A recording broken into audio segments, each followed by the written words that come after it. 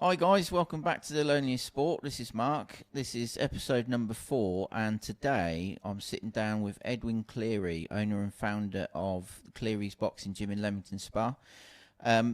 So today it's going to be a case of introducing you guys to Edwin, and then over the course of the next few months we'll get to know him a lot better. He's got some great stories to tell, and some real interesting little anecdotes. We was just talking off camera before hitting record, and we was having a good laugh at some of the little bits and bobs you were telling me. So I think it's a good idea to kind of almost pick up where we left off. So, Edwin, for anyone that doesn't know who you are and has never heard of you, tell me about yourself. I am quite possibly the most inexperienced professional boxing coach. So, the most inexperienced professional boxing coach in boxing. Yeah, my tutelage goes right back. First of all, my first two big inspirations in my life were the Turpins, i.e. Old Jackie Turpin. He was kind of like my grandfather, really, because my grandfathers were Irish and they were in Ireland, and obviously I also worked with Brendan Ingle for 4 years in the 90s so I've got two vastly experienced coaches who I've learnt off. Great role models. Yeah, very. Definitely. I mean, Jackie Turpin, obviously most people would be more familiar with his brother Randy, and it was the Randolph Turpin story that got you into boxing in the first place, wasn't it? Yeah, I came downstairs in my house, and my dad was halfway through the 64-Day Hero, which is a documentary on the life and times of Randolph Turpin. Well worth a watch. There's a scene where they go to Randolph's cemetery. The cemetery where Randolph was buried, which is literally across the road from where I live. So that night I spent I'm going to say about an hour, about 5 minutes. So I knew where it was. I just had to go and find it. And when I saw his grave, and then after that, I kind of watched and read as much as I can about the Turpins. People forget there's no videos, no DVDs, no video recordings back then either. You had to wait for the BBC or Channel 4 or ITV to put something up. So you couldn't research it. There's no YouTube, nothing like that. Yeah, I can't remember who I was saying it to the other day. I was saying, like, it's so much easier nowadays with the internet. Like, if you want to swat up on somebody, you've got all that information at your fingertips. Whereas once upon a time, it was much more difficult because you'd have to kind of find books, and again, you couldn't go on eBay and look for it. A lot of the time, it'd just be pure luck. I read somewhere where my grandfather's experience or my grandfather's knowledge could be possibly fitted on 3 pieces of A4 piece of paper, whereas now the kids have just got to press that button. Yeah, and that's probably what a lot of kids are struggling with. There's so much out there, and it's not all good, is it? Yeah, I was looking through some newspaper archives online the other day, and somebody had written in to, like, the sports columnist and said, "I'm having an argument with my mate. Can you tell me what year Randolph Turpin fought such and such?" And I just thought, could you imagine being in a pub, right, and you're having an argument about when this fight took place, and you've got to wait like 2 weeks and hope that a sports correspondent actually answers your question, and just like kicking the door open into the pub and go, "I was right." Yeah. Whereas nowadays, you owe me that point. Yeah. No, now it's just Google it, aren't you? People are Googling it while you're possibly having that conversation. Yeah. So how did you come to meet Jackie Turpin then? Like I said to you, it was very hard to find anything out about the Turpins. It was more people locally would talk about him. I never knew they existed until I watched that 64-Day Hero. And obviously the parade scene, I'm like, well, that's my hometown. That's amazing. Yeah. And it wasn't that long afterwards that Jackie. I started boxing at Leamington ABC, and Jack turned up, and I'm going to be honest with you, he's kind of like the first famous person I ever saw because I've been watching him. But again, kids won't understand. Yeah. There was only 3 channels when I was a child, and 2 of them weren't very good. Yeah. Well, they all were very good, to be fair, but he was like a rock star walked in. I was like, wow. It took me maybe several weeks of him coming in before I kind of not plucked up the courage either. It was him to notice me, and then we kind of built up. He's got the very similar humour to me. He I remember him once telling me to never go up. People tell me I'm immature, and I say I'm never going to go up. Why do I want to act old? And I'm a little bit like that. The kids in the gym will tell you that I'm myself. I kind of be myself in the gym, and encourage them to come in more as much as I can by making it a fun environment rather than a drill sergeant, should we say. Definitely. You can tell that, like, you know, when you walk in the gym when the kids' classes are on, it's almost like they're completely themselves around you. Whereas most kids, when an adult walks in the room, especially one that's like an authoritative figure or a teacher or something, they completely kind of shut down, don't they? Whereas with you, it's different. It's Yeah, definitely. I'm going to be myself. I can't, like, my biggest influence in my boxing career has been Brendan Ingle. Brendan taught me how to teach, but I can't be Brendan. I have to be me. But I use his system. He showed me how to teach, not so much what to teach, but how to teach. And I remember the amount of people that telling me, "Oh, you're so blessed to be that," and I was. He was. How he's not in the Hall of Fame. It's scandalous, isn't it? It's scandalous. Yeah, I think it's four world champions that walked into the gym. I mean, I know Kid Galahad and stuff. They didn't finish their careers with him, obviously, because he passed away. But he taught them the left and the right. You know, Johnny Nelson, the biggest achievement Brendan probably ever done. Everyone will remember him for Prince Nassim Hamid, and rightly so. But in my opinion, Johnny Nelson is his greatest achievement.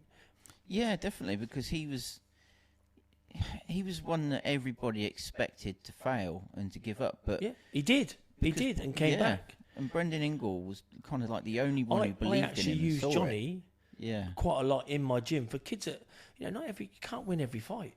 You can't win not especially amateur fights. You can't win every fight. So I used Johnny a lot in the gym, and they're like, wow. And I said, yeah, look, he went on to become world champion. And he weren't just a world champion, possibly the best cruiserweight at that time. He was the most fit. Yet, if you go right back to his first shot at the world title, he was harassed after that fight, that performance. Oh, it was brutal, wasn't it? Absolutely brutal. He couldn't even walk or drive around Sheffield. Yeah, I remember. He said that people were like going to the gym and heckling him and abusing him, and like, it just seems so bizarre that it would anger people that much. And he's actually a really good guy as well. Very helpful. I use him for advice now if any of the issues, and he always gives me his hand and stuff, and helps out some of the stuff with my fighters if I have to make contacts, or because I'm fresh and I'm new to the game. I've been involved in boxing my entire adult life. I've had two great inspirations in Jack Turpin, and I've got some great stories. I mean, I tell everyone, you know, Jackie spent time with Marciano. They shared a training camp with Marciano in the Catskills in Grow Singers holiday camp and that's a story. I'll tell you that story another day. That was I've got an unbelievable story about it, the timekeeping and his watch and his coach, and obviously Joe Louis. He spent time with Joe Louis. Muhammad Ali came to Warwick because of the Turpins. People forget that. You know, and I didn't go because I thought it was a hoax. I bet you regret it now. Mate, the photo comes up several times and on the local papers, and I just think, God, why? What? But I was really young at the time. I wasn't really a big boxing fan, but still, it was Muhammad Ali. Wow. Yeah, definitely. But obviously, at some point, you did get the attention of Jackie, and you two became like really close, didn't you? He sort of invited you into his home, and and his wife Betty. Jack had all the experience, but she had all the knowledge. She would give you dates, time. You'd love her because you being into what you're doing. She would say, she'd constantly correct him. I found it funny, and he used to sit in the chair like you're sat, literally the same colour, and we used to watch videos of fights and stuff.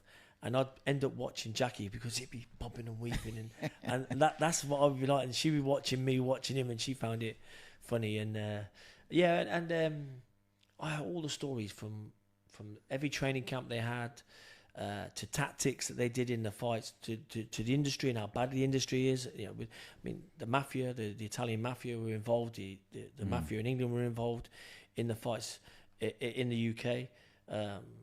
Even the amateur setup with, Randolph to this day is the only English fighter to win the juniors and the senior elite ABAs in 1 year. And his achievements, everyone remember him for Sugar Ray Robinson, and rightly so. Yeah. But he had some great wins over him. You'll have to give me this one. He boxed. He went 11 rounds for the British light heavyweight title, which was the weight above his fight weight. He beat. He went on to box Marciano. Don Cockle. That's the one. And Randolph stopped him in 11 rounds, and Marciano stopped him in 9 rounds. And Don Cockle had to go up to Marciano's. People seem to remember him for the Ray Robinson fight, but there's a lot more in his career that he's done that makes him a British great. Oh, definitely. You know, I think it is a shame, really, because you see it a lot with boxers. They're always remembered for that one standout fight, whether it's a fight that they won or a fight that they lost. And it's almost Ricky Hatton, Costa Zoo. Yeah. That's everyone's talking about it now, but he had an unbelievable career. Yeah, definitely. Unbelievable career. Yeah, and what was it, Monday, 2 days ago, he would have been 47. I know. Such a shame, isn't it? It is, because he's younger than me, it makes you always think, well, it could be your time. Well, I think that's the thing. Nobody knows when it's going to be that day, do we? No. So, when did you kind of say to yourself, I want to become a professional boxer, I want to see if I can make a living out of this, I want to see how far I can take it? Was it a conscious thing, or did it just naturally evolve, or how did it happen? Well, people who live in Leamington now don't see the Leamington I grew up with. So, for instance, there was Ford's Foundry, had thousands of people working there. There was Lockheed, which had thousands of people working there. Potterton's, and all the industries, the estates around here, they were bigger when I was a youngster. There was immigrants everywhere. I mean, my parents came over here in the 60s. My dad in particular came over here when every Irishman was a terrorist at that time. He had to come into this country and walk to work every day getting heckled or even trying to get a job. At that time, with his accent, he'd have got ridiculed because of what was going on, and he was Catholic. But for me, I was like a street kid. This is what I was trying to explain to you. There was a lot of street kids back then. We didn't have any internet. We didn't have any PlayStations or anything like that. We hung around in our little groups to certain areas we couldn't go to, and a bit like you see all the big cities now. We were like that in the 70s and the 80s, and then the box gym opened. I asked my mum, she wouldn't let me go. I asked her again. 6 months later, she wouldn't let me go. I don't know if I wanted to box. I walked in. There was a kid doing double skips, and I love keeping fit. And I love to try and push myself. I ran a lot of county cross country when I was a youngster, and then I just wanted to learn to skip and train. And I went up there, but I didn't want to box. I wasn't interested in boxing. Didn't want to box. Jumped in and sparred a few times, and I was even sparring. I was thinking, well, I don't want to do this. I didn't do it. But the first time when I met Jack's inspirations were stories. Like I said, I got the Marciano story. I got the time when they met Joe Louis. I got Muhammad Ali stories with him. Everywhere they went, the stuff that when they on the boxing booths, people don't realise that Randolph, after beating Sugar Ray Robinson, was on the boxing booths the weekend after because he owed the guy a favour. Really? Yeah. That's it. And people didn't believe he was there. And he was. It's crazy. I've got loads of little stories that I'm going to sort of mention. I'll have to refresh my memory, but I'm going to tell you exactly what Jackie told me. And obviously you'll have to give me the dates and times, like Don Cockle. But I think the Don Cockle fight tells you that he moved up a weight to fight the light heavyweight champion, won the light Longsdale belt at light heavyweight, not a middleweight, which everyone assumes he won it at. And then he a few years later he got stopped in 9 rounds against Marciano, who was a heavyweight. Yeah, crazy. And people also forget Randolph fought for the world title a second time, but it was, I think the Americans pulled it away. Didn't want, because it was at Bob Olsen. Yeah. And then I've got it on the wall in the gym, the poster, and they just wouldn't sanction it because they didn't want the actual middleweight title coming out of the US again, because the middleweight title, the featherweight title, the middleweight title, and the heavyweight title, they're the crown jewels of world boxing at the time. Yeah. And the mafia controlled the titles, and that's one of the reasons why the rematch had to be done in 64 days. Within, I think it was 90 days. I think it was. It was agreed that it had to be within 3 months, but it turned out it was more like 2, wasn't it? Yeah. But yeah, unbelievable. And he was only a young kid at 23 years old when he won the world title. Yeah. People forget. Yeah, I mean, I think that's the thing with boxers. Sometimes you see what they're doing, especially the heavyweights. You forget sometimes they're just kids. Not all the time, but like young men and teenagers achieving these great things. And of course, you think back to what you were doing at their age, and you think, crikey, like, how do you cope with the pressure? They also, this is the other thing as well, that all the brothers served in the Second World War. Yeah. All 3 of them. Yeah, Randy was in the Navy, wasn't he? That's it. Was he a cook in the Navy? Yeah, cook, because being black, you couldn't hold a gun. You had potentially went on to become world middleweight champion, and you put him in the.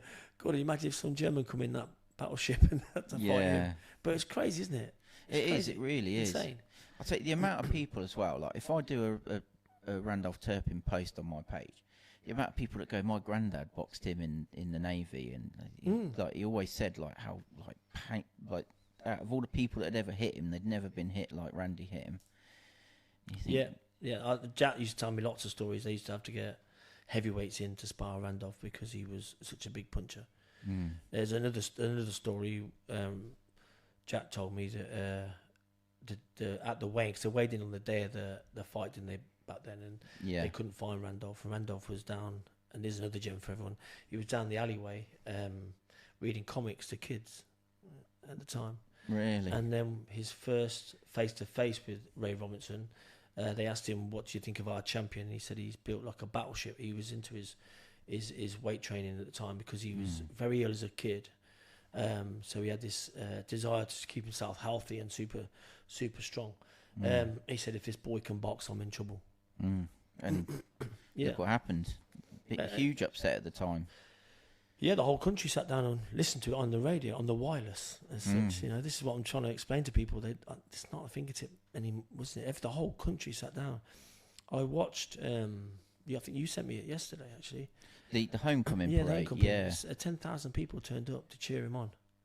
And you think of the population of Leamington at the time. I don't know what it was. I'd have to look it up. But that's a huge chunk of the town, isn't it? Yeah. Well, sadly, Dave Bradshaw, a few weeks ago, passed away. And Dave was, he had all the dates and times. And for a man of his age, he was still switching. He'd have had everything. He was on the Kenilworth Road when he drove down towards the parade. Yeah, it's a sad loss that Dave Bradshaw's passed away. Basically, for anyone who doesn't know who Dave Bradshaw was, he was a personal friend of the Turpin family, wasn't he? Yeah, very close. And he was there, and he had first-hand experience of all these sort of pivotal historical moments in the family's boxing legacy. And you had plenty of conversations with him off camera. I had a really long phone call with him once, and some of the things that he was telling me and the insight and the stories that he was sharing with me, it was really fascinating. And we were desperate to get him on this podcast, weren't we? But unfortunately, I think he got a little bit nervous about the idea. Yeah, I think he didn't want to talk about the end, but we didn't want to talk about the end. We wanted to talk about the life, and the boxing and the success. The people also forget, to get to the US at the time, they had to spend 2 weeks on a ship. They ran around the decks, but luckily for them, they were seamen, weren't they? So they were used to it. They were well accustomed to it, thankfully, weren't they? And Jack was in the Navy as well. I think he patrolled the north coastline. I think he was telling me. I'm sure that's what he told me. I'll have to look at that. But yeah, unbelievable. My dad's a historian. I'm more like my father than sometimes I like to let on. Ain't we all though? Yeah, no. My dad. That's another story for another day. He my first. I listened. He actually left me with a lot of things that I use in the gym. And I'm, like I said, my product of my life really. My mother and my father were brilliant, and Jack was fantastic, and Brendan was fantastic as well. They took me in and taught me how to teach boxing, and Jack taught me how to inspire kids. And my dad never missed a day's work. I got this. It's funny. I was telling someone the other day. I got this gym. Not this gym, the old gym, July the 1st, 2007. I remember it because it's a smoking ban. I opened it on the 1st of September, and then we didn't have any boxes for another 2 or 3 years because I had to sort of build my own little stable. But I was just explaining to, I think it was Serena the other day, I asked her how many days do you have off? I'm on about I'm open Christmas, Boxing Day Christmas Eve and Boxing Day. We're open. So the only day I have is Christmas Day and if holidays and so on. But I've had no days off. I've not been ill, touch wood. Yeah, touch wood. Yeah, touch wood. Yeah, there's a lot of it going about at the minute, mate. So you've managed to dodge it so far. No, so I'm quite good like that. I'm quite good like that. Touch wood. So how did you and Brendan Ingle come to be, a partnership? How did you end up training under him? I was dating my son's mum, and I'm still great. I'm great with friends with her father, Steve Arkle. I went around the house once. He had the boxing news, and he said, "This is where you should go." And he said, "You should turn professional." This is a while before I turned professional. It's a series of fortunate events. Is my life. I didn't want to box. I boxed. I boxed at 18. At 22, I packed up amateur boxing. I had 48 senior contests. Literally bang on 50-50. They're all senior contests, and use those experiences as part of my coaching. I remember queuing up to see the doctor. It was around about this time. So October. It was one season. The season started in September. It was around about December, and I looked at my boxing book, and I'd had 16 bouts from September till near Christmas. And I remember thinking, God, I need a rest. I need a rest. And anyhow, so I back to Steve Arkle. He sent me the boxing news, and he said, "This is where you should go." He teaches kids similar to how you box, and he's Irish. He had this thing about almost sort of mentioning that my parents were Irish and I was Irish. Anyway, so that he gave me the boxing news. I kept all of that, and then had sort of little issues in my life, and I wanted to just do something completely new. I found Brenda's number. I rang him up. He said, "Come up." I went up. I knocked it. I was supposed to get there for 9 o'clock. I turned up at 8:30. I knocked at his door. He wasn't ready. He handed me the key. Didn't know who I was. Handed me the keys. And I imagine back then he had quite a lot of kids phoning him. I went over. I waited for him for about 45 minutes. Got changed. Got ready. and then that was on a Sunday. And then I spent 6 or 8 months just going up on a Sunday, just trying to organise stuff in my life before I moved up there. And there wasn't a room for me to stay up there at the time. So I had a bit of time. That was 1996. So that was a good time to go up there because obviously Prince Nassim would have still been there, and he would have been. What was it? He won his first world title in '95, didn't he? Against Steve Robinson. Yeah, that's it. Steve Robinson. When I was there was John Thaxton, Pele Reid, Ryan Rhodes, obviously Nazim Ahmed, Johnny Nelson, Dave Colwell. These are all people who are Isham Pickering, Junior Witter. Yeah. Junior Witter, Neville Brown. Neville Brown, surrounded by all these champions, and like I said, I listened and I kind of stayed in the background. But I listened, I learned. I learned off a lot of the fighters as well as a lot. Brendan repeated himself a lot in the gym. How do you learn? What are your five senses? What is the biggest hindrance to any young fighter's development? Family and friends. That's right, family and friends. When you're crap, they don't want to know you. As soon as you start winning, they're all experts.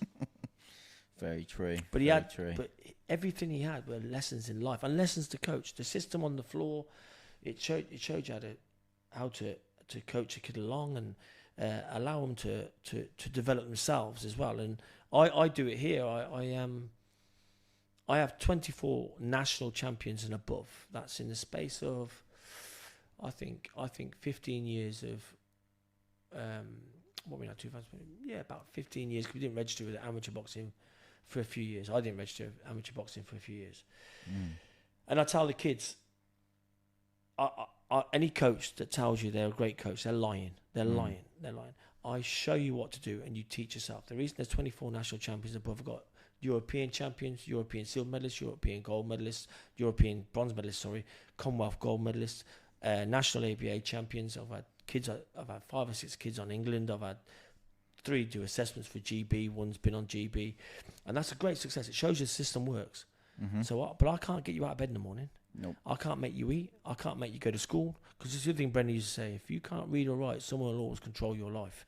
So I use the gym to keep these kids educated. And without them going to school, they can't come to the gym. And that's another lesson I learned from Brendan. And then now that wall's up there, it's very easy to coach the kids because I can say, look, you're doing exactly the same as what they're doing. Exactly what they're doing. Just you've got to get up in the morning, you've got to go for a run, you've got to eat right, you've got to sleep right, and you've got to do your homework. Yeah, it's. I suppose it's having that discipline when nobody's watching. Self-discipline. Yeah. I can't. I'm lucky if I get these kids for 2 hours a day. That's extremely lucky, and I don't. I probably get them for 5 days a week at most. And the rest of that time is down to them. Listening to their parents and making sure they eat right. Don't be eating loads of junk food. Focus on your boxing. Even I can tell the kids that have gone away from the gym and gone home and practiced all night long because they're coming tomorrow and I think, what happened there? I just showed him or her. They've come back and they're like another couple of levels up. Yeah. And it's because they've gone home and they'll know that they're showing me they love the sport. There's not a handful. There's quite a lot of kids in the gym when they walk in, they bring a smile to my face because I can set my watch when they come in, and that's down to the fact that the system works and they've got belief. Definitely. I remember you telling me once as well when you first went to the Ingle gym. He had an initiation that he made all you new guys do. Yeah, first day. He said, I'll actually tell you the exact feelings I had. He said, get in the ring, tell you your name. So, Edwin Cleary, where are you from? Leamington Spa. And he said, now sing. And I said, sorry? And he goes, sing. And I said, sing. And my mind was going 100 miles an hour, sing. And he said, yeah, sing a song. And I was like, this is literally what I was like. I was like, what? He said, sing a rainbow. And I was singing a rainbow. And I was thinking, God, my car's outside. No one knows me here. I'll sing this song. I'll get in my car. I'll go back down the motorway and no one's going to see me. After that, it's gone. No one knows me. And the rainbow, Edwin, rainbow. He said, above your hand, there's a beam above the ring. It had the rainbow on there. So I sang a rainbow. And after he turned the stereo off as well, the whole gym came around the ring. And they were doing, like sometimes you see Floyd Mayweather tapping the ring, and then I sang. Yeah. I had to say my name, how old I was, where I was from. Then I'd start singing. And at the end of it, what a relief. An unbelievable relief. And he said to me, you'll never worry about, he said, the problem with adults, they're afraid to try new things and try to make themselves look silly. Everyone's more worried about what people think. He says, you're going to come on really well here because you can't effing sing. Because you can't effing sing. And from that day onwards, I knew everyone knew me because I got better sang. And people say to me, why don't you do that at the gym? It's not me.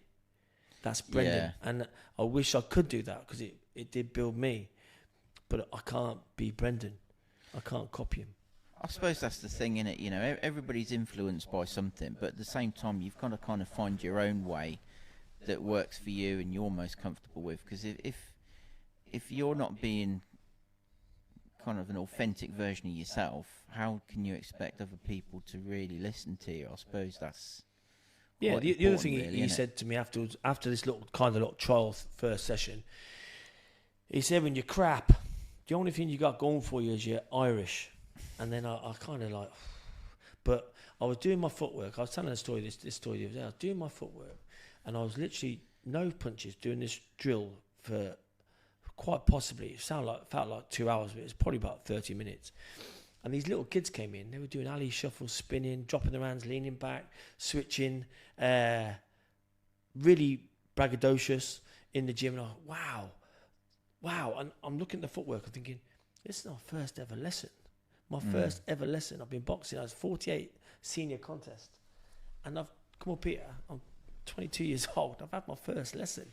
Anyway, about 6 months' time, there was a boxer turned up. His name was Paul Griffin. He was from Dublin, and I think he was something like 16 times national All-Ireland champion or something like. He went to the Olympics. I think it was the Barcelona Olympics. I think he got a bronze medal.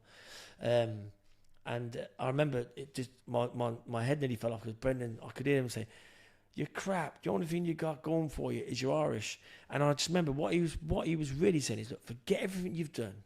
Yeah. Forget everything, and now learn from me." And that's what he was really saying.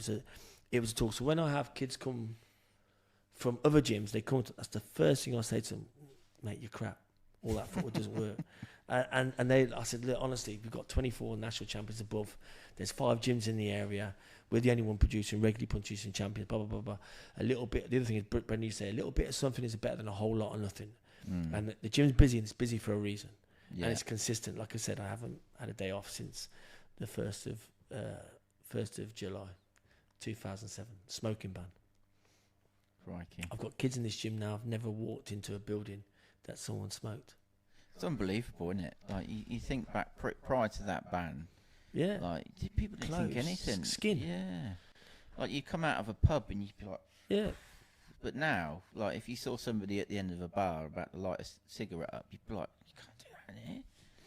But yeah, unbelievable. But one of the things that kind of intrigued me about the Ingle gym, I mean, there's a million things that intrigued me about it, but it was the body sparring. Like, there was very, very minimal head sparring, weren't there? Yeah. Which I suppose we did go away for sparring. I'd come in some days and I'd get a piece of paper with a train ticket, and I'd have to go get a train to certain parts of the country, and everyone had it. They went sparring. They did it out of the gym, not in the gym. Yeah. We did do a little bit of it in the gym, but not much. He's always done it. I think most of the damage in boxing is done in the gyms. They think too many kids want wars. Too many kids expect wars. If, for instance, you're boxing next week and I'm boxing next month, I'm not quite on it, but you are, and I'm getting punches. One punch in the head's one punch too many, but it has to be for a reason. Yeah, very true. That's how I think it works. And also, if you ask some of the kids in my gym, then we do a lot of body sparring. They get hit in the chin quite a lot, and then I say, "Whose fault's that?" Mine. I should have had my hands up. Yeah, just because you're body sparring doesn't mean you can drop your hands. But I'm on it all the time. I stand on the side of the ring or I'm watching it, and if anyone's dropping their hands on it has to simulate head sparring. And then, like, it's close to a fight and they've got a purpose for it, or championships or something like that, we'll put a bit in. My pros do a bit of quite a bit of head sparring, but they're pros. You know, they're getting paid and stuff. But the amateur kids, and some of these kids will have 2 or 3 fights, you won't see them again, and some kids will have a debut and disappear. Some kids will go on to be like Danny Quartermain. Danny's had 89 amateur fights. He's had 45 seniors in there, and you know, he's going to have a professional career now. It's been going on for the last 4 years. You know, can't keep getting punched in the head on a regular basis. No. Not for. But he's in the gym every day. He's in the gym every day. His weight fluctuates a bit, but he trains all the time. Yeah, he's a relentless gym bunny, isn't he? Yeah. He's like a Duracell bunny. He's non-stop, relentless. I envy his energy. He's just non-stop, isn't he? Yeah, he is. Yeah. He is. And he's another one. He's a product of the gym. But like I said to you before about the system, how it works, Danny's a fighter. I can't get him to box with his hands down Muhammad Ali. So I allow the fighters to show me who they are. Serena Malley, if she turned up at Brendan's gym back in then, he'd love it. She drops around, she switches, drops around, but she can do it. That's her style. Lewis Williams very much like that, but he's got more of like a US style. His hands are a bit more lower to the body and the head. And then we got Aman Kumar, just seems to be like greased like a little Akil. He's come along. You've been watching him. There's nothing little about him, though, is there? He might be 13. But yeah. And like Jay Kelsey is the closest boxer I've ever met to Nazim Ahmed. And what I mean by that, psychologically, she's just super. Her mind's so tough. Nothing phases her. Mm-hmm. Nothing phases her at all. But the closest boxing star to Nazim, an Ingle fighter, is Serena Malley. Danny's a fighter. Yeah, Danny's a fighter. And if he catches you early in the first round, you got a nightmare. And look back at the Jack Bateson fight there. Danny made Jack Bateson fight his fight. That was, if he ran away, Danny would have had a nightmare. Same with Royston coming up now. If Danny can get hold of Royston in the first few rounds, it'd be a hard night's work for Royston. Yeah. So, just for anyone that doesn't know, we're talking about Danny Quartermain, who is currently the IBF and WBO super featherweight European title holder. Yeah. He's unbeaten as a pro. He's got a fight coming up later on this month against Royston Barney-Smith, who's also undefeated. Pretty impressive amateur record. Signed with Queensbury, on the up and up. And I think it's kind of like a now or never fight for both of them, isn't it? You know? I think so. It's a crossroads for both of them. Yeah, but no, you are right. You know, Danny, he's one of them people where if he feels he can dictate his terms on you, you're in serious bother straight away, because he comes out like a bull at a gate, doesn't he? His amateur career he didn't win a lot of titles as an amateur. But he's boxed he's beaten kids like GB, he's beaten England internationals. He went to Ireland when he was a youth. He boxed. They made him box without a head guard on, and he went to Harringay. He's been to Harringay. He just fought everyone. He fights everyone. He's boxed. I don't know. I think he's boxed 3 or 4 pros that are active now as amateurs, and he boxed them in their backyards. He's a proper warrior. He's one of them win, lose or draw. I don't care. I'm going in. I just love to fight, innit? Mate, I tell everyone here, nobody asked for a rematch with Danny. Nobody. He did have rematches with kids, and he beat them as well. But they had to meet in the championships. They didn't pick them for the home shows. They wouldn't pick Danny. He's a hard night's work for anyone. But he's boxed loads of international amateur stars. He's boxed, I think, currently 3 or 4 active professionals now, and at weights but above. People forget as well. Danny's a super featherweight, but his what do you call it? He was a boxer at 66 as an amateur. He's boxing big kids. You know, he's only a small kid. He's about 5'5". He tells everyone he's about 5'8". He's not. He's about 5'5". He's really short. I'm not even going to comment on that because it sounds like it's a sore subject. Yeah, no. But yeah, it must have been. He's really tall for his height, apparently. He's really tall for his height. Yeah. Yeah. I'll tell him that next time I see him. But it's a busy time for you at the minute, because obviously you've got Danny's fight coming up, which is the biggest fight of his career, against somebody that's been getting a lot of attention in the media and stuff. So it's kind of like, it's going to raise Danny's profile. Yeah, I think it already started. I mean, I don't go on Instagram as much as I post things and come off, but his Instagram followers are going through the roof. People YouTubers are trying to get hold of him and stuff like that. But he is focused on the 25th of October, and he's on a great card. Card. It's a great card. Yeah. It's the Fabio Wardley, Joseph Parker undercard for anyone that doesn't know already. But yeah, it's one that's generating a lot of interest. Yeah. And like, he's so focused. I don't think I've ever seen him this focused. Like, I've asked him. I haven't pestered him because I know that he's obviously in his training regime, and he, I've said, do you want to come and sit down in here with me? And he's like, after the fight. Yeah. Whereas in the past, if I said, do you want to come and sit down with me and do something, he's like, yeah, no problem. But he's just tunnel vision. And the other thing as well, mate, I've met Royston, and I met his family. I think there's about 4 Roystons in his family. He's such a nice kid. I watched Royston and his brother Noah because I still work with the amateurs. So I'm actually in the gyms when they train. They sparred in the past. Even young Moser Toom, I think I've watched him spar about 5 or 6 times in the amateurs with certain people. So I'm always behind the scenes. And if I see talented kids, I keep my eye on them. I watch them. I try to learn. Because of my kids are all on the England sort of setup, I get to go to all these sort of camps and just can watch some of the top kids. Leo Letang was here the other week, and obviously we've got Lewis Williams, who's Delicious Orios in Delicious Orios Spa a lot of time. Why he packed up, it baffles me. But there's for another day. It's a shame. I mean, at the end of the day, if you're not 100% sure you want to be in this world, it's not. It's okay.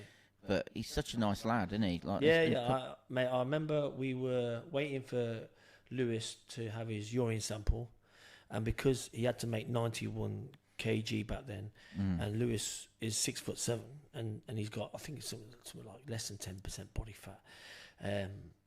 He couldn't urinate, so we waited for this. We were outside that long after he won the gold medal, that the second part of the finals was starting, and Delicious walked in, and he caught me in the corner of his eye, and he walked away from everyone and come over and said, "Oh, well done with Lewis," and stuff like that. So I have nothing but nice thing to say about Delicious, and it's a shame he's gone because the boxing needs characters, and he's a good kid. Yeah, definitely. But hopefully, whatever he chooses to do going forward, it'll work out for him. But it's very rare you meet a horrible fighter. That's the problem. I think that's the thing, a lot of people that don't really know boxers firsthand and don't have a personal relationship with them in one form or another. There's a lot of misconceptions in there, but it's a small community, and it's a very friendly little sort of circle to find yourself in. Even people that are supposedly rivals, there's a mutual respect there. And I think the government let boxing down during COVID. I mean, you go to any, I can say, we're the most diverse gym in the whole country. We're not. Every gym in this country, amateur gym in this country, have kids from every ethnic minority, every background, every religion, and they're all friends. It's where communities come together. They should be ploughing more money into boxing because it brings communities together. It really does. I've turned up in gyms where I didn't really like certain groups of kids who are in there, and they didn't like me, and next thing I know, they're my best mates. It's the funny thing about it, isn't it? It's like you leave your differences at the door, and you come in, and suddenly you realise you're not that different. Yeah, and if my mates are going, that kid, he's an F in this, or honestly, don't speak to him like that. That's my mate. And he'd do this. And there's another incident where I've been to a school disco, and a big group of his friends were attacking my friends, and he come out and backed me up, and this is from a different ethnic minority, and we were like, this is insane. But boxing's the only sport in the world, does it? The only sport in the world. Absolutely, definitely, 100%. But it must have been weird, like Nassim Hamed at the time when he was kind of like in his height of fame. Sitting there in the gym, watching that all going on, the media circus. I never noticed it. Really? Weirdly enough, because I was there, weren't I? And I saw him the first day I arrived. We went to a working men's club, and Brendan had this thing. He didn't do it much after that. It must be towards the end of it. And he used to tie his kids' hands up behind his back, and he'd say, "Right, who wants to hit the?" And then they'd be drinking all day, and they couldn't. I remember. He had a load of kids, did it with Junior Witter, and he said, and I remember these throwing shots, and Junior was smiling at them and making them miss, hand behind the back, dropping hands and slipping shots. And I remember Brendan said, Junior Witter, you couldn't hit him with a bag of rice. And I used to do that all the time, take the pros to the working men's club. But Naz turned up. That's the first time I met him. Then I met him a few times, obviously after that, and obviously before World Title Fights. And the next, you're on first name terms. I got on very, very well with his brother Ali, and I got on well with. I really liked him. He's a good kid, and I've seen him, and he kept in touch. I've seen him a few times after I left the Ingle gym, and he's passed away now, bless him. And he's such he's a top guy. His brother Ali, I liked Ali. And Naz kept himself to all the groups of lads who like Johnny and Ryan Rose, who we grew up with. He'd always say hi. asked me how I did. I boxed. Funny enough, this is going back. I boxed on Richie Woodall's undercard when he won the world title against Sugar Boy Malinga. We were sharing. Here's another story. I was sharing a dressing room with Ricky Hatton, and Naz came in to wish me luck. He didn't watch my fight, but he came in to wish me luck, and everyone started queuing up for autographs, and one of them was Ricky Hatton. Really? Yeah, it was like his second or third fight or something. Just signed a big contract with Frank Warren. Interesting. And everyone was talking about him, but he wasn't the Ricky Hatton that we all knew. Kind of didn't expect him to. Yeah, I know. I think I read somewhere he sold 3 tickets for his pro debut. Really? Yeah, that's surprising me because like, obviously he's one of the things he's most known for was the army of fans that would follow him all over the world. Was it 20,000, 30,000 to Las Vegas? Was it? I don't know. They said they had to get trucks in from different states or something because they were drinking the city dry. Drank the strip dry. Yeah. I mean, don't quote me on this, but I'm sure it was 8,000 at the weigh-in for Mayweather. Crazy. Absolutely crazy. I mean, there's nothing like that. I mean, they'd have thought again if he just kept himself going a little bit more. I know he had a couple of issues in his life. I think he could have boxed him, and because in theory, was he winning the fight? Would you say he was putting Floyd under a lot of pressure, weren't he? They kept breaking up when he was inside the clinch, but I think it was a competitive fight in the beginning, but I think the frustration started to creep in, and you could almost see. And you could see Floyd downloading the stuff that they worked on. In training camps, where Ricky had patterns and plays, they're all right when you're working on them, but when we start hitting those patterns and plays go out of the window a little bit. But then once you start figuring out, these are the patterns and plays we worked on, now I can. And then he walked him onto that shot, didn't he? And which he used to drop his lead hand when he came in and moved his head, and he was working on it. You can see him working on it. Yeah, I mean, love him or hate him, you can't dispute Floyd Mayweather's ring IQ. Yeah. You know, great for boxing as well. Great for boxing, as in. He put boxing on the front pages of all the papers and magazine TV, but bad for boxing because every kid now wants an unbeaten record. Yeah, and also it's the whole social media thing. Yeah, it's almost like that's almost as much of a priority to some as the fight in itself. Yeah, 100%. A lot of we go on Instagram now, and kids are coming into my gym and they say, I want to work on this. I saw it on Instagram. Who are they? And they show me, mate, they're just YouTubers that have never even boxed. I said, you gotta go in, you gotta go and find these. If Angelo Dundee talked, or Freddie Roach talked, or Custom Artist comments, you'd be like all over them like a rash, wouldn't you? But then you got Tony Smith or Fred Bloggs, who's got 10,000 followers, and they're showing you how to block a shot. It's all hand shots. It's never your feet. They'll go, you got to move your feet here, but they don't explain how you move your feet or why, because that doesn't sell. That doesn't get likes. It's all hand stuff and upper body stuff. It doesn't actually. You need to go. Boxing's AI's coming into a lot of stuff, but it won't affect boxing. You can't. If any kid out there is looking for a gym, in my opinion, they go and find a gym in their local towns, close to where they live. That's the most important. It's got to be accessible for them. Then you got to figure out, well, how successful was this gym? Because you can open a gym tomorrow and get your registration with England Boxing, but you 9 times out of 10, there's a lot of coaches out there that have never boxed and never achieved it. You've got to make sure that you find a gym that's got success. Then you got to go in and pay the piper. You got to wait your time. You got to keep going until someone notices you. Then when they notice you, they're all over you, and you might go, oh God, yeah. But I'll be honest with you, Brendan Ingle didn't spend much time with me. Not at all, but I couldn't. I just mentioned a minute ago how many champions. Why would he?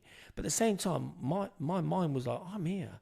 I'm going to learn as much as I can. This is great. He's brilliant. He's a nice guy. He's boxing next week. Johnny's boxing. I want to watch this. I want to see this kid fight. This kid's unbeaten. That kid. We had kids from Japan coming over. A lot from Dublin. A lot from Scotland. A lot from obviously Manchester, London. And they all become my friends. It kind of woke me up to life. It attracted a lot of celebrity spectators as well, didn't it? Yeah. I mean, I remember you telling me about David Beckham. Going in there. It was just after David Beckham lashed out. I turned up at 3:00 in the gym to train, and David Beckham was there with a guy. I'm assuming it's his dad, but I've seen photos of his dad since it wasn't his dad. I don't know. I don't think it was his dad. This is back in the late 90s.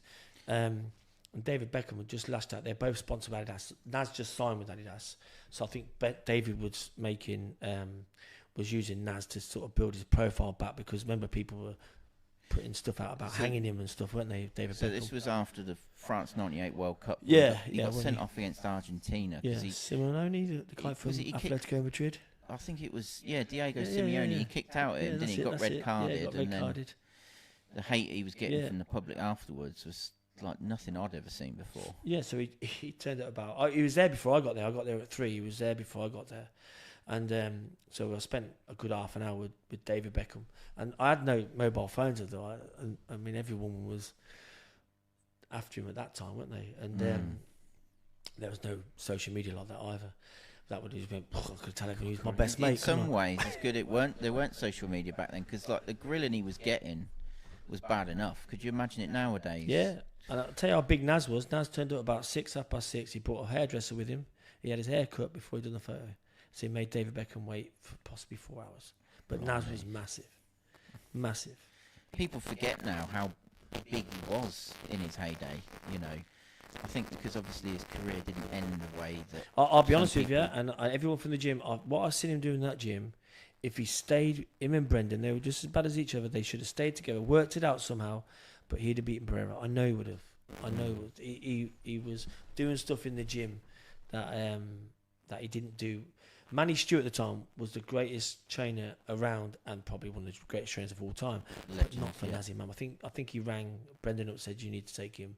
You need to sort this out, get it back, because only you can train him." He had a unique style. He was a product of the Ingle system, and he could. It was perfection. It's a bit like Customatos. You could probably say Mike Tyson was the one that they were waiting for. Although he had Floyd Patterson, and I know reading about Customato, he changed his system a few times, and then Mike Tyson come in 5'10", 5'11". It was perfect for that style. He was just made for that. Nazi Man was perfect for Brendan Ingle's style, and possibly Junior Witter, and Johnny had more of an upright sort of style, but more of like a box style. He didn't switch as much. He wasn't comfortable as much switching. But Ryan Rose was another, I think, underachiever at Brendan's, because he was phenomenal. I think he could have done much better at light middleweight.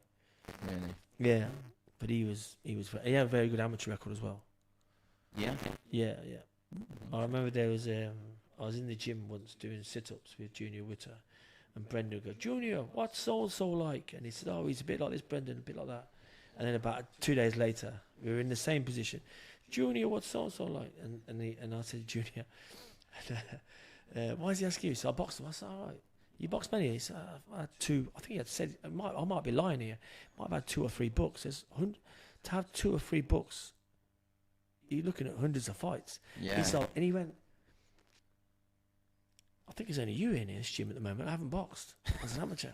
Really? He used to turn up. He told me he used to turn up with his book. A coach just say, "I'll do it. I'll walk you in." He couldn't do that now. Crikey. Yeah. I mean, you look at his record as well. Go back and look at Junior Witter's record. They were throwing him in with some good kids very early, and he was beating them. Speaking of Junior Witter, it's a shame that him and Ricky Hatton never got it over the line. Isn't I it? can see why, though. Yeah. He was all wrong for Ricky Hatton. Yeah, it's a clash of styles, isn't it? Yeah. But a shame, because they're both British, and it would have done a football stadium, at least Man City anyhow. Yeah, we Brits, we love a domestic dust, yeah. Especially if there's a world title on the line, or a unification. Yeah, which it probably would have been at one point or another. Yeah, did he have? It was a WBC title he had at one point, wasn't it? Yeah, that's it. Yeah. I think Timothy Bradley beat him in Nottingham. I was there for that. Carl Froch on undercard. Yeah. Interesting stuff. Yeah. He did all right, didn't he, Carl Froch? Yeah, well, he's in the Hall of Fame. So. Yeah, that's another one. Right, we're putting out here. Loneliest Sport wants to ask why Brendan Ingle isn't in the Hall of Fame. Yeah, definitely. I'd love to see him on the ballot sheet one day. I mean, I bet it'll happen now. This film's coming out with Piers Morgan. I bet it'll. Yeah. Because he's our Customato. Yeah. He taught kids. He didn't coach kids. He taught kids. Definitely, it wasn't just the sport. It was an entire kind of philosophy. Yeah, we had to get up in the mornings and clean the streets. Yeah. We'd train in the morning, we'd go back, we'd have a shower in the gym, which was freezing, go back, have a sweep, we'd knock on the door, he'd have the shovels and the brooms, we'd go around the streets, every one of us, and we had to clean the streets. Yeah, everybody out there litter picking and stuff. Yeah, that's it. Yeah. Maybe someone need the grass mowed, there might be a pensioner, they might say, they got a mower, if not the neighbour will have it, we'll go and use their electric and mow the other person's lawn, and we're just doing jobs. And he did that without any social media. No one ever patted him on the back for that. Mm-hmm. And if right now in today's time, all that would be on social media, he'd be getting millions of followers, wouldn't he? Oh, definitely. Except because of his Irish accent with his swearing, should we say, he probably would get a lot of. He didn't put on any airs and graces, did he? He was a great man. Honestly, I'm so blessed I met him. These kids are. Those 24 national champs, they wouldn't be here if it wasn't for Brendan Ingle. I think that's the thing, when you're talking about arguing the case of putting him in the Hall of Fame, it's not just the impact he had directly on fighters, it's the indirect legacy that he left behind. You think how many boxing clubs have been opened up in this country by people that he trained. Junior Wood. Yeah. Isham Pickering. Yeah. Myself, obviously. These are the people that off the top of my head. Glyn Rhodes, another one. Yeah. Glyn is he actually? He's a top guy as well. Glyn is. Yeah, Glyn Rhodes. Johnny Nelson for his Sky. That's Dave Colwell. Sorry, there's Dave Colwell. Yeah. Who's Dominic Ingle. Dominic Ingle still runs the gym. Yeah. Still running the gym. I bet there's loads. Jim Betts apparently is running the central area board. He used to box with us. It's just Neville Brown even messaged me. We had a good chat with Neville Brown. He's a nice bloke, isn't he? Oh, yeah. Man. Yeah, he was very good. When I used to spar him, I sparred him for the Steve Collins fight, and I sparred him for the. He was from Brighton. I sparred him for that, and he used to come out afterwards and say, and not a lot of kids do this. Another tool that I use, the kids go, "Oh God, he can punch me." Don't tell me. Go and tell him. Yeah. But Neville Brown would get out of the ring and say, "Edwin, do you know what? Your jab was really good. But when you threw that right hand, I couldn't do that. Could you do that a bit better? You could do that a bit better, or use your double jab." And he wouldn't go, "Oh, I'm not talking to him because I'm sparring him." He'd actually pick my faults or tell me my positives. Now I'm getting all my kids in the gym. They're all coming out and going, "God, he's good," or "She's good," or "She's." And I said, please don't tell me. Tell them. I know they are because I can see it. Yeah. But it be coming from you. It's like more sincere, isn't it? Yeah, Jay is one of our European champions, and she spied a girl who's having a debut in this Sunday, and she goes, "You know what, Edwin? She's really good. For a debutant, she's really good." And I think she used to play for Birmingham. This lady, Birmingham City, and I said, "Jay, don't tell me. Go and tell her." Next to her, they're sat in the corner, and she's demoing what she liked. And that's my Neville Brown thing. And not many people do that. Yeah. But he rang me about a year ago, I think, and he was opening up a gym in Burton, I think, and he was asking me what to do and what he was going to do and what he was going to try. I want to try and get some funding off the council and stuff like that. So hopefully, fingers crossed, there's another gym. Yeah. It'd be good to get him down here and have a little chat with him. Yeah, I think he would come. Definitely. Yeah. So I'll tell you a funny story, right? First time my wife met Neville Brown, right? We were at this event. Why is she holding her face? She don't want me to tell me this one, but I think this story has to go out. I'll finish. So we were at this event at Bar Sport in Cannock, and it was I'm pretty sure it was when Larry Holmes and Jerry Cooney came to the UK, and they were on that little tour, and there was the meet and greet dinner. Yeah. And of course we're all there because we all want to meet Larry Holmes and Jerry Cooney. And we're sat at this table, and as Jerry Cooney and Larry Holmes are being walked in, we're all giving them a stand of ovation as they make their way to their table. And my wife turns to this bloke next to her and goes, "Oh, isn't it amazing? Could you imagine, like being a boxer and all this stuff, and sort of fighting for a world title?" And he's just there going, "Yeah, it's very hard to imagine what that'd be like." It was Neville.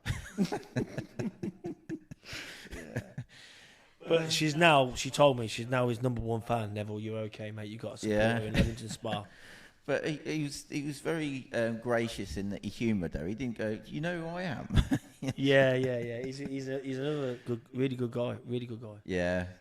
I liked him. I had a good chat with him that night. And if he is opening up a gym, I'll have to look it up and see. Yeah, in Burton. Like, he rang me. He was in Burton. I think I did say to him, look, Fraser's in Burton as well. Fraser Clark. Maybe try and get something going. Try and drum up some support because. The more boxing gyms in this country, mate, the safer this country's going to be. Get the kids off the street, get them off the laptops and the PlayStations and stuff. Get them in the gyms, keep them fit. Not every kid's going to be a champion.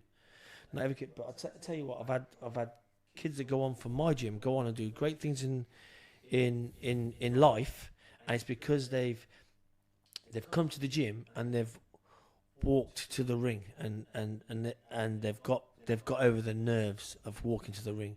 I always tell people, and you'll probably better tell me I'm telling lies, but I always find, for me, the best fighters are the bullied, not the bullies. The bully will pick on you today. You fight back, I'll go and pick on her. Then I'll go and pick on her. But the bullied, they have to walk down that corridor, which is to the ring every day of their life. All you got to do is teach them how to fight. Absolutely. That's what you got to do. And teach it'll them how to fight. completely change who they are. Give them that confidence they never had. Yeah. It's all up here. Boxing's all up here. It's nothing. Yeah. It's not in your fist. It's in your mind, and it's in your feet, and your hands come later. It's so true as well. Like, I remember when I was a kid, because I'd obviously had my experience of combat sports and stuff, nothing fazed me anymore. Like, I remember, I used to do a lot of cross country and athletics and stuff, and I'd be there with my classmates, and they'd be like, "Oh, I'm dead nervous. I've got butterflies," and I'm like, "Why? We're only going for a run. It's not like someone's waiting at the other end to take your head off." It just puts things into perspective. Job interviews. You don't get nervous over job interviews. It's nothing compared to walking to the ring. Sit in the dressing room the night before. They reckon you have 6 or 7 minutes before you nod off. Those 6 or 7 minutes are the loneliest place in the world. Yeah. That's where all your demons come in. All your demons come in, and you're not going for it. Your opponent's going for it as well. You just don't. You don't see it. For instance, my amateur debut, I will argue to the day I die that no kid would ever got more nervous than what I did. No kid. But now, because of my experience, I realise every kid's experience is worse than mine in their heads. Some are better at hiding it than others, but I think unless you're not wired up right, Yeah. But then they won't be boxing. Yeah. I met a guy who was it was on, I don't know what, I was doing some course, and he was there, and I think he was a sniper, and he was explaining to me the only people, even him, gets nervous, and I was explaining, what, you're about a mile away.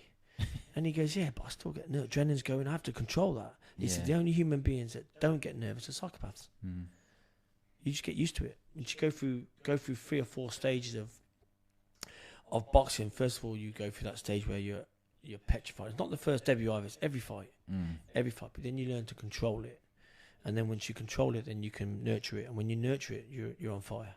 It's so true. I remember when I first started, for the first year or two, if somebody came up to me on the morning of a tournament or something and they'd try and have a conversation with me, I couldn't talk. The words wouldn't come out. I'd try it, just but then a couple of years down the line, I'd still have the nerves, but I was in control of myself, and I think it's the emotional intelligence that you get from the experience of being put in those situations. Yeah, constant. Yeah. Got to go back to war. You can't. I had a good kid here. He had an unbelievable jab. I mean, you always say, "Oh, you got to have a jab." His jab was like a piston. His jab was a piston. You could just phone him. He got dropped in one of his fights. He had about 2 or 3 fights. Got dropped in the first round, and he did a 3-minute because their show was falling apart. It was snowing, really bad snow, and it was. They said, "I could do 3 rounds." We let him do 3 rounds, but it wasn't. He shouldn't have done it. But he went out. He got dropped in the first minute of the first round. Anyhow, he spent the whole next 3 rounds, just his jab was like pop, pop, pop, pop, pop, pop. And eventually he stopped this kid just on his jab. But he couldn't get past the nerves. And if he could, he'd have went on to do... He was really tall, heavyweight, unbelievably dedicated, unbelievably fit. He said, I've been for 6 or 7 days before I fight, I can't sleep. I can't sleep. I'm going for walks. I feel sick. And you have to go through all that. And now he's doing some sort of world tour, I think, as in... going visiting countries and just going out. He seems all right. Seems like he's doing well. The thing is, though, all right, in the end, turned out that boxing wasn't for him in the long term. Yeah. But he probably wouldn't be doing what he's doing now if No, he hadn't. maybe he had the confidence to go around the world. Yeah, because of definitely. it. And he might have been nervous to go and meet and greet other people in other parts of the world, but then he's thinking, I'm not as nervous as I was when I boxed. Yeah, very true. And I think that's a really good point to end this podcast on, is whether you kind of decide to pursue a pro career in boxing or not. Even if you just have one amateur bout, you're never the same person again, are you? Never the same person again. It's not as barbaric as people think. Boxers got hit as often as people think they get hit. Nobody would box. Absolutely. And the people that did, you wouldn't be able to have a conversation with them. There's a lot more good that boxing does for society than negative. I think the trouble is, though, is a lot of people, when they think of boxing, they think of professional boxing, whereas 90% of boxing is actually amateur boxing, which is a completely different ball game, really. And we got the old misfits on. I'm like this with the misfit stuff, and obviously white collar. It doesn't make any sense why you give someone 8 weeks and put them in the ring. I wouldn't do that. I think we should dedicate another episode to that. Yeah, because I think that's a debate worth having, isn't it? Yeah, I'm like that with misfits because obviously it brings in a bigger audience. I just don't like all the pushing. Like, I know Derek's drawing through a table and stuff like that, and it does generate more views and sales a pay-per-view. But they're having to go to separate hotels now because they're attacking each other. Silliness, outside before weigh-ins, and that's not boxing to me. Oh yeah, someone said to me the other day when they were talking about this sort of influencer like invasion of boxing. Like, yeah, there's positives, but I think the question that boxing needs to ask itself as a whole is, are we really doing this for the survival of the sport, to try and introduce new people and keep it going? And boxing's going to evolve, we know that, but if this is what it's going to look like, if that's the landscape in the future, and if that's the type of thing that we're having to resort to get new fans, do we really want it? Or would you rather just keep it as a small, sincere sport where conduct it's a gentleman's sport, isn't it? It's supposed to be a gentleman's sport. It's called the noble art, the sweet science. How can you call it the noble art if its figureheads aren't behaving in a noble way? No, 100%. And like I said, a lot of the kids aspire to be those YouTubers. Yeah. Well, we're going to leave it there for today, but I'm sure we'll sit down many, many times again. We've been talking about this behind the scenes. We'd like to do an episode dedicated solely to Randolph Turpin and sort of go through his life, and then discuss a lot of the other legends of the sport, and just sort of give a little bit of an analysis and a breakdown, and try and put our heads together, try and think of a really interesting way to do it, and then go from there. But thanks, mate. Thanks for sitting down with me. Learn your sport. And we'll do this again. Brilliant. Don't call me, I'll call you. Yeah. See you next week. See ya.